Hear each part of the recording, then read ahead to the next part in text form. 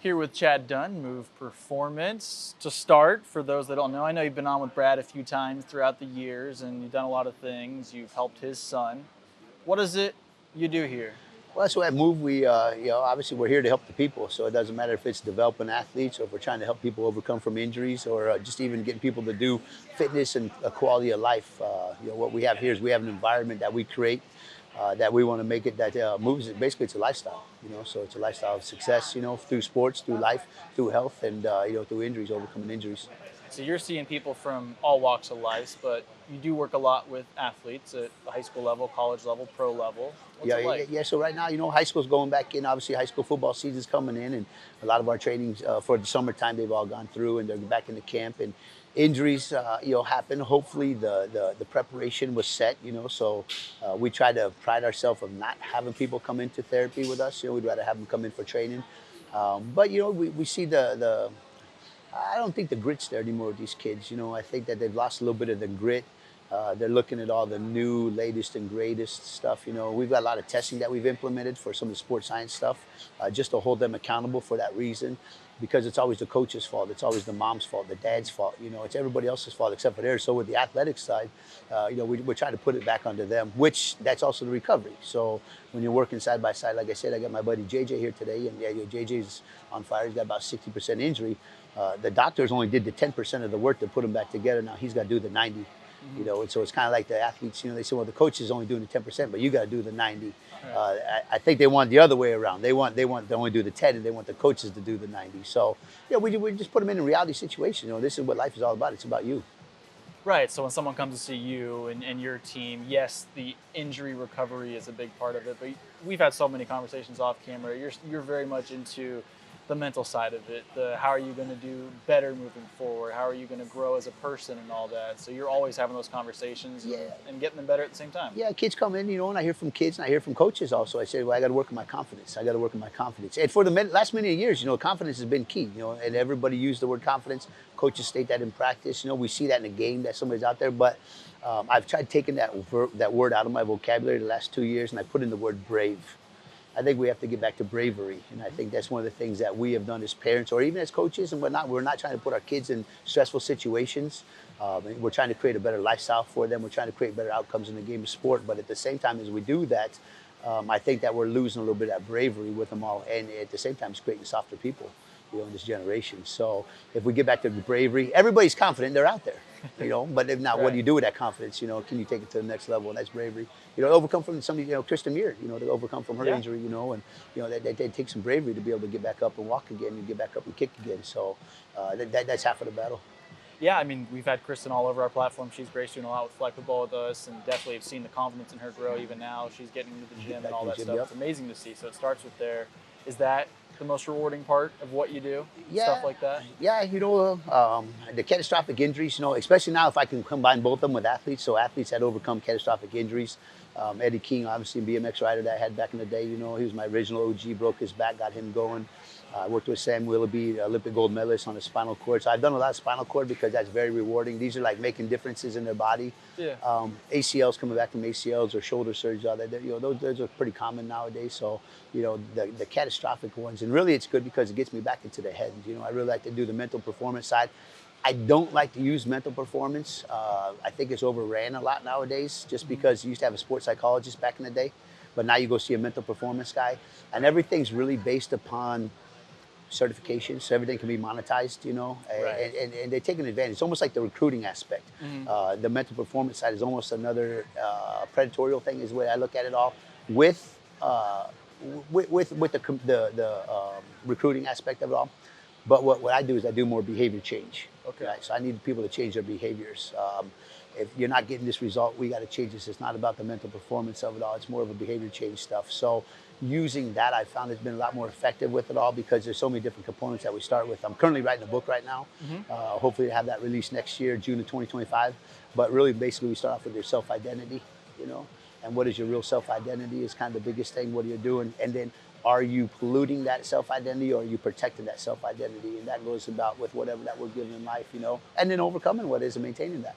Yeah, absolutely. I mean, I definitely want to get to the book in a minute, but you said something that struck a chord with me, and it's certifications and all these things to monetize it. I mean, me, I'm in the personal training side of things, Yep. online and all that. And I see that all the time. It's, oh, this All day. person's got a cert and they Yep. must know better. You can charge all this money and all that stuff, but they don't actually care about you. They're not actually helping Online. you overcome the problems. They're just, here's a meal plan, go do it. They're not walking you through, hey, maybe you should go park in the back of a parking lot to start losing weight a little more, take some extra steps and little things like that that just come from life experience. Yeah. So is that a big part of it? Just Yeah, life this yeah experience? this is our life. I mean, we've had a lot of success coming in, and I've got my certifications. I do a lot of stuff with the NASM.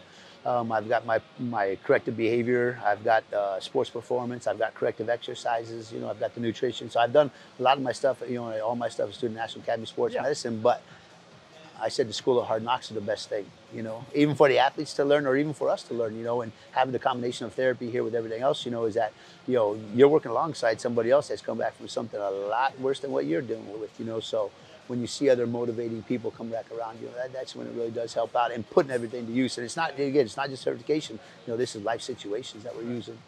So the book you're writing, so we were talking, you have so many clients and so many people that have so many interesting stories, some of them in the book. What else are you implementing into that? Oh, Where's well, the inspiration? it's a whole thing of just for our generation, from moms and dads, even for the kids. We're taking everything from the choices that you make. We're taking everything from the environment that you stand in.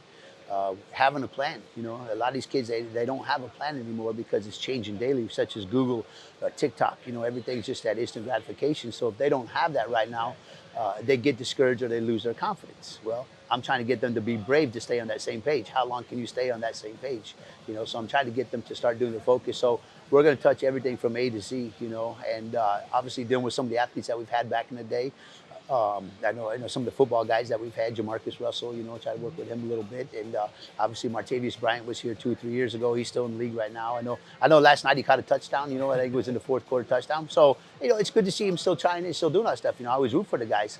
But again, they got to change the environment. They got to change what they want to have. What are their outcomes to the success that they want to have? I know with therapy and a lot of these goals that I have, there's an A and there's a Z. Right? So we have to make sure that we take them from A to Z when we're doing the whole process for therapy. And that's what I do over here with the sports performance too, is that we do a lot of athletic development. I think that's one of the biggest things that we do here, moving kind of what we're really structuring for is that we're developing that athlete. Right. You're early in the process of the book. What have you learned so far about just what it takes to write a book? Oh man, just the structure of the outline of it all. Everyone sit down and think that they used to write. What I really learned most about the book is that if you write a book for everybody, nobody's going to buy it. But if you write a book for somebody, one person, everybody will buy it. So it's opposite what we think. So I'm really writing this book for that one person that's in dire need. I know that the ideal reader that we're looking for right now is somebody that's overcoming a life-changing situation, and they've looked into all the self-help that's out there. We're overwhelmed with all the self-help options out there, but realistically, what they got to do is they got to look at themselves. Because really it starts with you. And that's where the whole thing comes in. It's these people that are doing their recovery. It all starts with them. It's not me. I'm only with them for an hour and a half, 3 days a week. There's 22 other hour days in the day that they have to work on. Same thing with the athletes. They can come down here 5-6 hours a day, 5 or 6 days a week. But are you practicing properly? Are you eating properly? Are you recovering properly? And then I think that the biggest thing with it all is just tying the whole picture together. I do want to do some motivational speaking. Again, when I talk about motivational, I use that word with kind of the mental performance.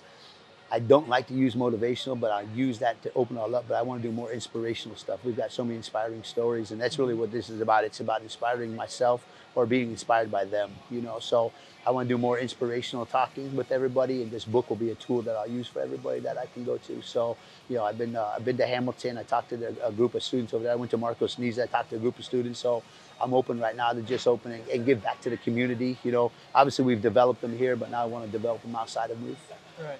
So when you got into this and then ultimately started Move, was that what did it for you, the inspiring stories, or was that kind of a sweet surprise that you've learned since starting? I've always had a story to tell, and I had my own story, of overcoming adversity. I had some failures in my life. I've always been working around athletes. I got caught up in the entertainment industry with a lot of the athletes.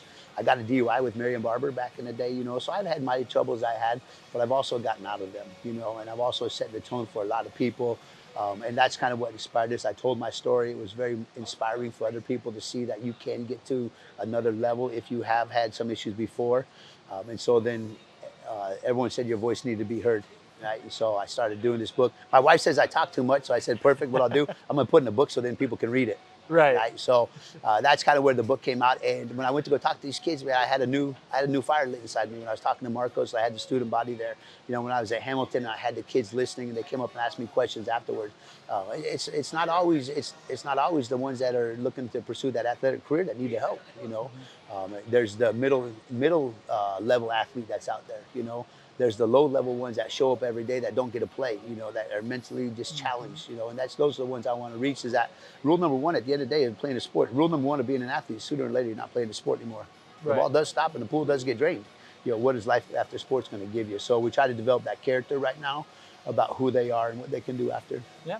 And I mean, that's important. I literally was listening to a podcast on the way in where a quote that stood out was, it's easy to seek wisdom from somebody that's at the top of what they're doing, but sometimes the people that you get it from the most are the ones that have gone through so many things in their own life, and you may not see them as somebody that's this pinnacle standard of what life, quote unquote, should be, but those people you learn the most from, and that's something they can get here. Yeah, and you're going to fail. Just like in sports, you're going to fail. In life, I talk about, the 7 stages of growth of the people. You have your infancy, you have your early childhood, you have your middle childhood, you have your adolescence, early adulthood, middle adulthood, and then you have old age. So we go through these different phases in life, and babies don't learn from choices. They learn from actions because they cried and they get the bottle. So at what time do we flip it to where we have to start learning from choices, And so again, that's where we make the choice to show up to practice early, stay late, eat before you got to go to practice, do your exercises so that you don't get hurt. So, it's a whole big process. But like, when does it really make sense? And I think when, it makes sense to everybody is like when they hit that wall. I did that podcast before. It was everybody wants to be a D1 athlete until it's time to do D1. And we all know what that word is. But then again, these kids come in, they say, well, my junior year, I didn't get the scholarship. And I said, well, remember, I've been working with you since you were in 7th grade. It was the 4 or 5 reps that you shorted yourself in 7th grade is why you didn't get them now. It's not what you did your junior year. And I'm notorious. I'll put my phone up and I videotape people's workouts here. And then when I go home and eat dinner, I count their reps and I count their sets. I know who's there and who's dialed in. Right. And they always say discipline's what you do when others aren't looking. And that also goes into life as well. Yeah.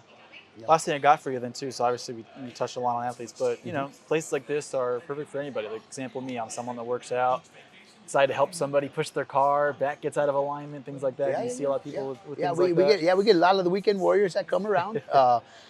One of the things that we do like is I do like to see the adults still being competitive. COVID still, like I said, we survived COVID, and that was the whole thing is that, we stayed open, obviously medical necessity, but just to see the quality of life that people were giving themselves at that time, the health, and then you see it kind of deteriorate again. They're not as up to what they were doing. They're not walking the streets anymore or running. If we would stay to that, I think we'd be good. I think it did jumpstart a lot of people. But then, like I said, we get people that come in. Jay, my man Jay over here, played back for the Bulls in 1977. So we get the former athletes. And then again, of course, the ones with the back pain and knee pain. I got a doctor right now. He's getting ready to go climb Mount Fuji. Cool. So he leaves on Friday. He goes to Japan. They're flying over there just to go climb it, and then they're flying right back. Wow. Yeah. So this is just a bucket list that they have. So a lot of the bucket list people too. But we're here to keep everybody moving. We're here to keep everybody moving, and not just the athletes themselves. It's a society. We give back to the community. And that's kind of one of the stuff that's working out with a lot of the good company. If you want to know what your environment is, or what your future is, it takes a look at your friends that you're surrounded with, Right. And so what we try to do is, you mentioned also there's a lot of these places around, and there are, what we want people to know at Move is that we provide the best patient care because we're here for you. We're still private, we're still small.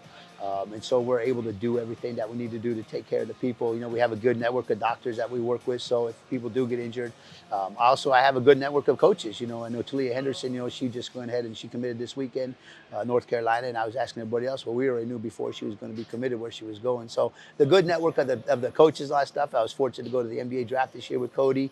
So we've been in the now, and when you're in the now too, it helps keep everything going. So how do we help out the patients, and how do we help out the athletes so that you stay in touch with what's going on with around and putting yourself out there, and we put ourselves out there. So absolutely, Chad. Appreciate the time as always. Yep, I appreciate you too. Come check them out. Your athlete, yourself. If you got the lower back pain, your glutes. We also got weak. cryo. Yeah, we also got cryo right now too. So we got the full body cryo that everybody's been using. So we take care of everything from the rehab, the recovery, the training. So but we appreciate you coming out. Yep. Awesome. Anytime. Awesome. Thank you very much.